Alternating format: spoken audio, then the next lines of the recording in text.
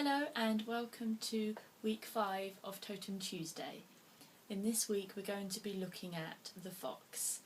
So before I break out in singing Jimi Hendrix' Foxy Lady, I will, it's just going around my head, so I thought about doing the fox for this week.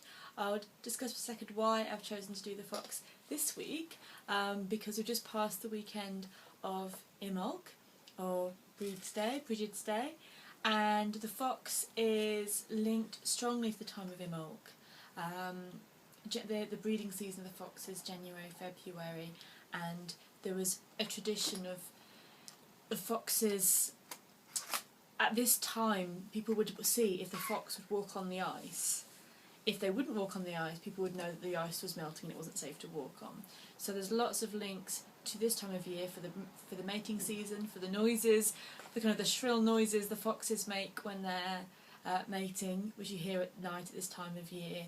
And because it was about testing the waters and seeing if is it safe to go out there, is it safe to go out on the ice. There's lots of sayings and ridiculous as amounts of magic and myth about the fox. The fox is one of the most ancient and well written about powerful animals. Many creation myths start with the fox.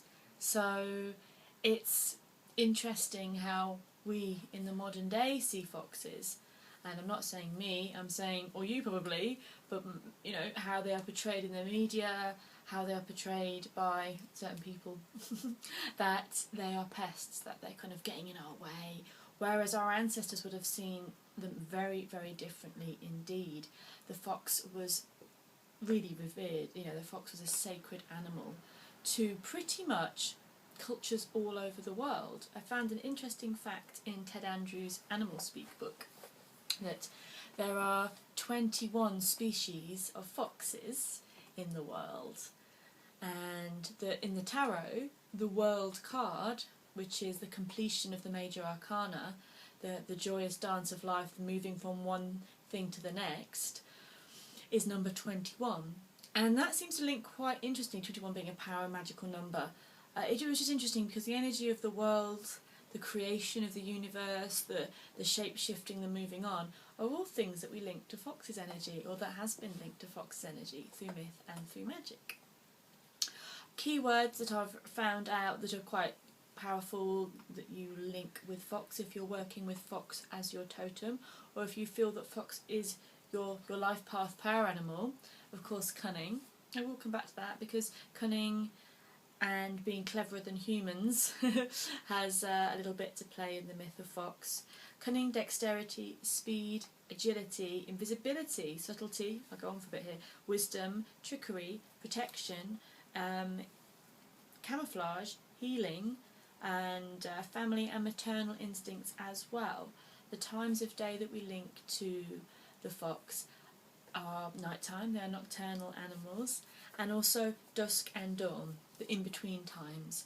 So again, when we look at in-between times, we often think of fairy, well I do anyway, and so fox can be a powerful guide who can lead you into the fairy realm. Maybe seeing a fox at dusk or at dawn or in these between times can signify an opening or a transition into the fairy realm. So fox and fairy is a very interesting link. What I thought was really fascinating is in the Orient, it was thought, myth, and maybe it was just folklore, and they thought that foxes had the ability of turning into people. And I think it was after 50 years they could turn into an old man, and after so many years they could turn into a wizard, and after so many years they could turn into a beautiful young woman. And these tales of these beautiful women who were previously foxes who broke the hearts of many men. So again, that foxy lady energy comes in for this beautiful but slightly cruel woman in folklore linked to a fox. Foxes have a very feminine energy. Even the male foxes do look quite sleek and beautiful. This is not, I mean, feminine energy should never be mistaken for weakness ever, anyway. But this should not be mistaken for the fact that these are, you know, foxes are great warriors. They're strong, they're cunning, they're good hunters.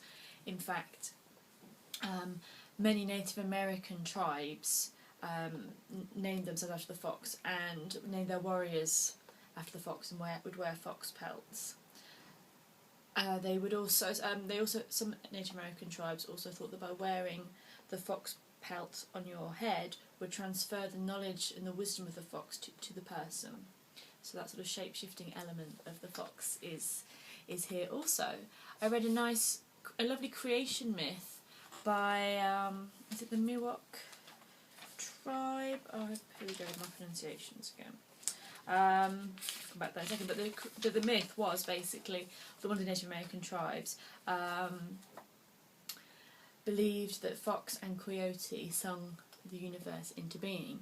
The first beings ever in the universe was fox and water, and fox was lonely, and the water said, what do you want? He said, I want companionship, and so they sung coyote into being, and coyote and fox, being very clever, being very wiser than man and creative and tricksters, managed to sing the whole universe into being, which is a beautiful idea and a beautiful myth.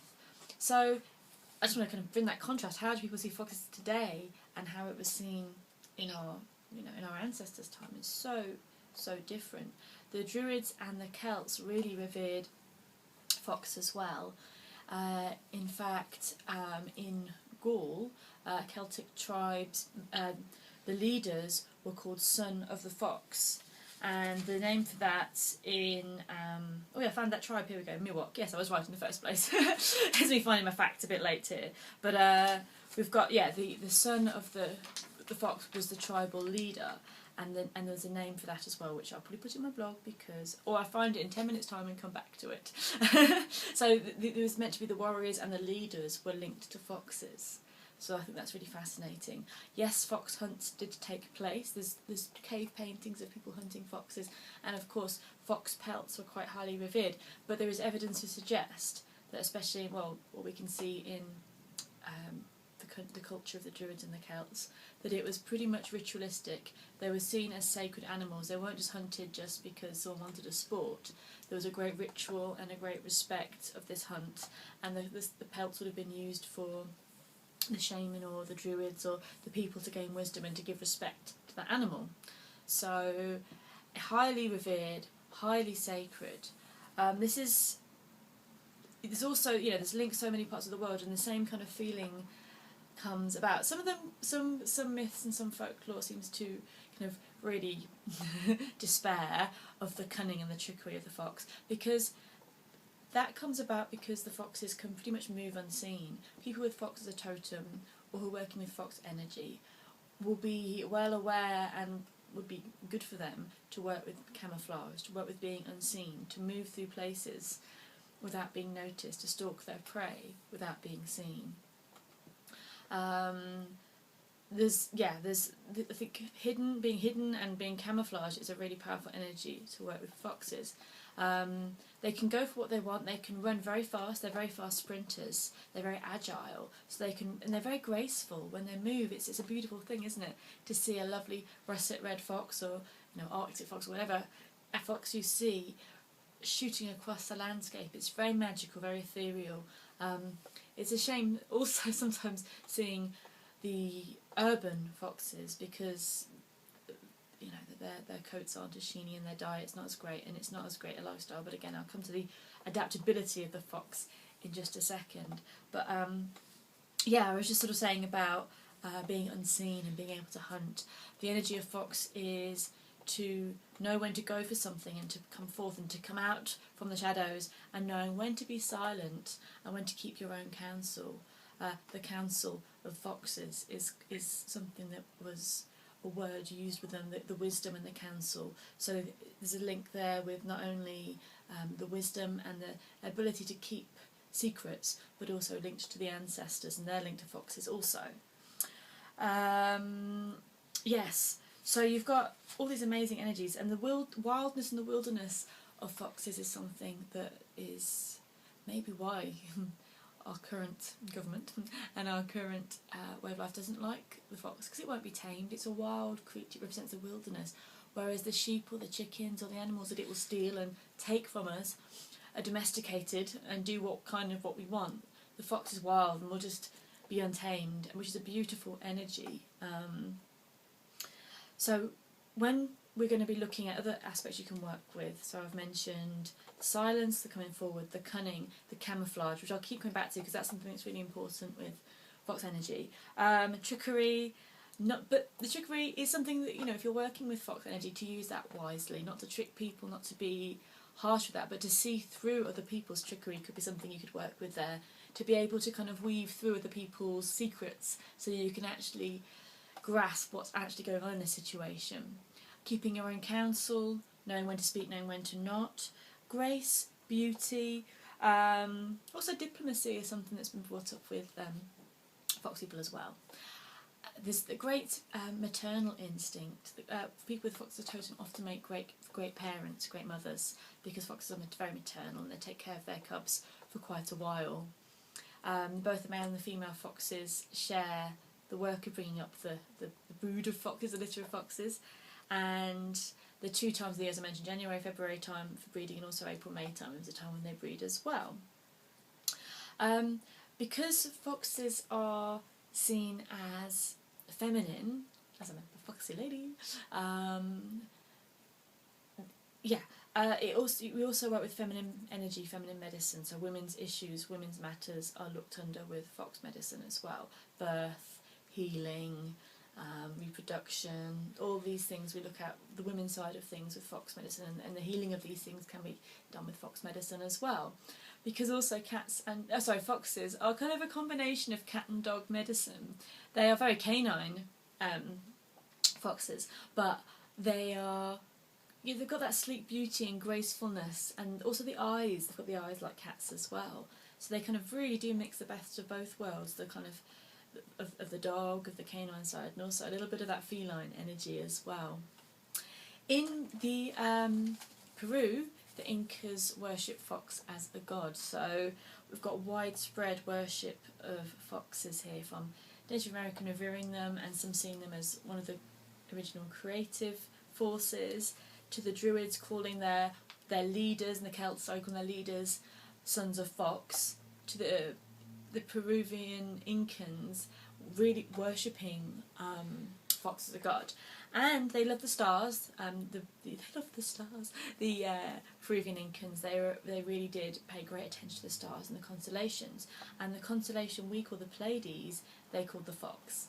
So they looked at that as having the energy of the fox. Some really interesting myths and tales I've read about the Incans and their view of the fox and the Pleiades, which you can research yourself if you would like.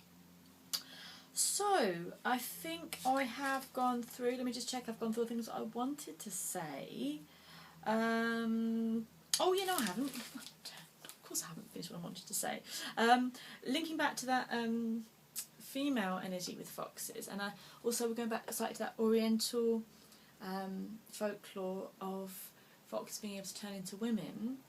There are tales, this is one bit of tale here, we're going to go back to Native America, of hunters finding out that their wives accidentally finding out that their beautiful wives were actually foxes.